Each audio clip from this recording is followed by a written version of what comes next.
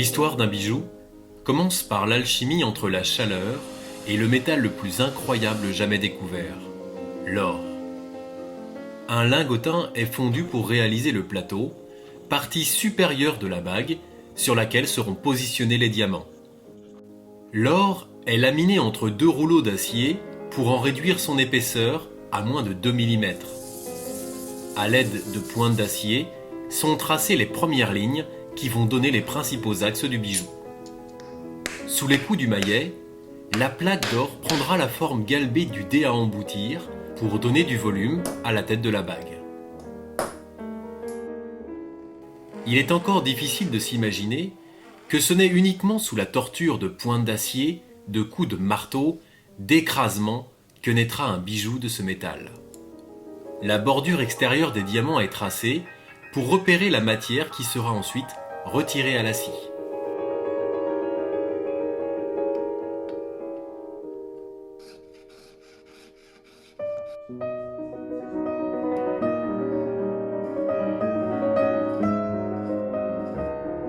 L'emplacement des fils du centre est fait à l'aide d'une scie microscopique. Les espaces lisses entre chaque pierre sont sculptés à l'aide d'une échoppe pour donner plus d'éclat.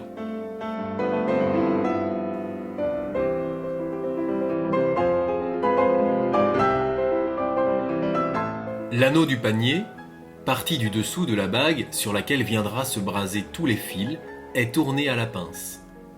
Frappé à son tour, il prendra la forme arrondie du doigt.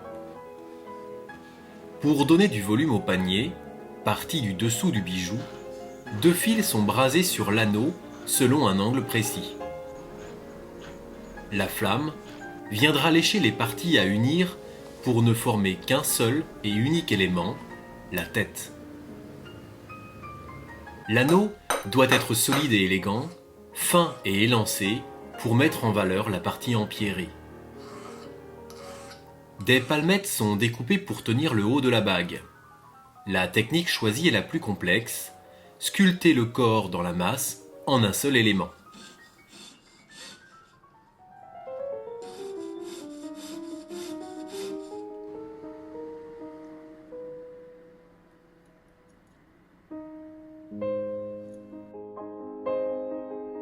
Retirez toujours de la matière, juste ce qu'il faut pour que le bijou puisse traverser le temps. Sculptez le moindre détail pour que l'œil ne se lasse jamais de venir admirer le bijou sous tous les angles.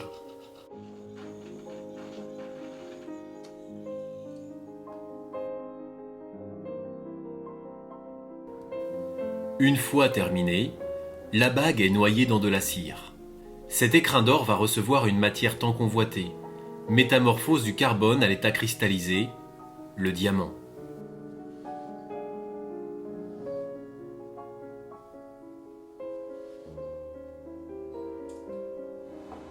Les finitions d'un bijou sont primordiales pour le joaillier fabricant. Au moment du polissage, les détails sont affinés.